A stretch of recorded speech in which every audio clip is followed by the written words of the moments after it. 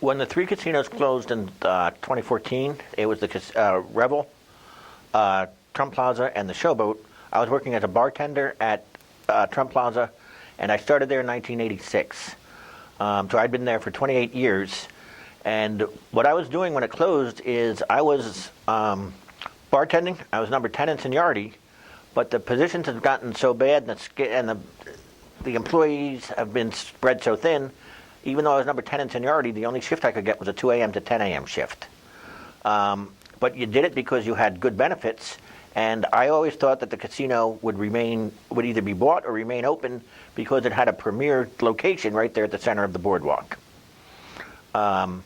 It really looked terrible by the time it closed. For the last 4 or 5 years, they really weren't putting any money into it to fix it. You would walk down the when you walked from the parking garage, you had to dodge buckets that were from leaks. You had to make sure you didn't trip over the duct tape that was holding the carpets down, and even duct tape on the walls where there were holes in the walls.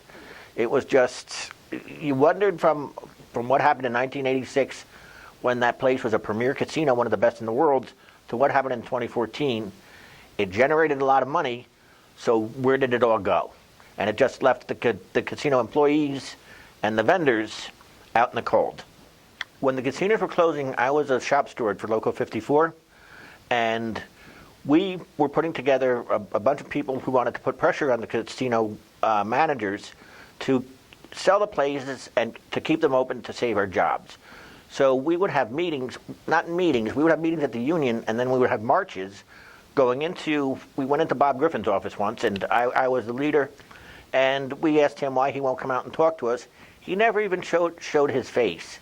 It's like probably 100 of us marched through the casino, knocked on his door, were stopped by some security, and all we wanted to do was know what was happening with our livelihood and our futures. And we were basically stonewalled by people who really didn't give a damn about us. And all they cared about was the money. We thought we had a valiant fight. Being an optimist, like I said, I thought that the casino would stay open because of its location, but we just had greedy people who would not sell the mortgages so that the plaza would compete against their own property. When we found out that it was actually closing, because there were rumors for probably 3 or 4 years that we were going to close or be sold, because the condition of the building was just horrible. You could tell they weren't putting any money into it. They weren't hiring. We were given a letter, you have to be given a letter 60 days beforehand that a property that big is closing, and we just kind of looked at it and said we got to bite the bullet. We ramped up a fight a little bit with the union that didn't appear to work.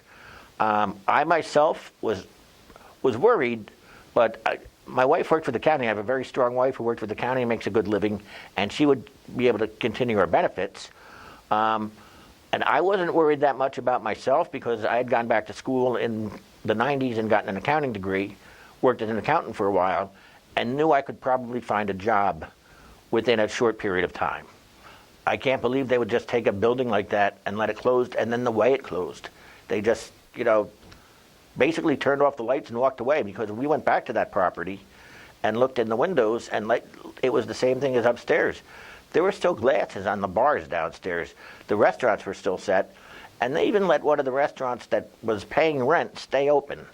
I have a college degree, so I know I'm qualified for stuff, and now that minimum wage is so high, it doesn't really matter what I do as long as I do it well, and I can do it full time.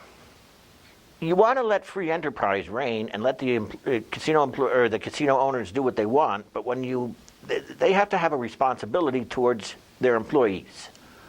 They just, basically siphoned all the money out of Atlantic City. When Atlantic City was, they first approved gambling in 1976 for Atlantic City and let resorts open in 78. It was to give people jobs, good jobs here in Atlantic City. But as soon as the casinos hit a hiccup, they petitioned the government to let us reduce this number of jobs. Let us reduce jobs over here. Let us close down these games. They weren't bringing buses in anymore. The casinos really weren't making an effort to run their casinos. And you can see what Trump did. It was wrong, but it was legal. He just used other people's money, ran up the bills, and left town. And the other casinos have done that too because they also filed for bankruptcy. But that's a corporation, so they don't just have the one name like Trump to blame. It also might be Atlantic City's or the Atlantic City area's fault for relying on one industry. It's one industry was really running the county, and as soon as the 3 casinos closed, that took a big toll on the county. But what can you do besides? The government can't tell the company to stay open to keep the people employed. It's really a tricky thing what to do. They really shouldn't. They should have slowed the growth of it instead of letting it grow as fast as it can. But how can you stop people from, you can't make a law saying we can only have 4 casinos. But I get maybe you can, because you can make a law saying you can only have 4 liquor licenses. So they should have said you should, limit the number of casinos. If you didn't get in on it, you didn't get in on it, and it's too bad.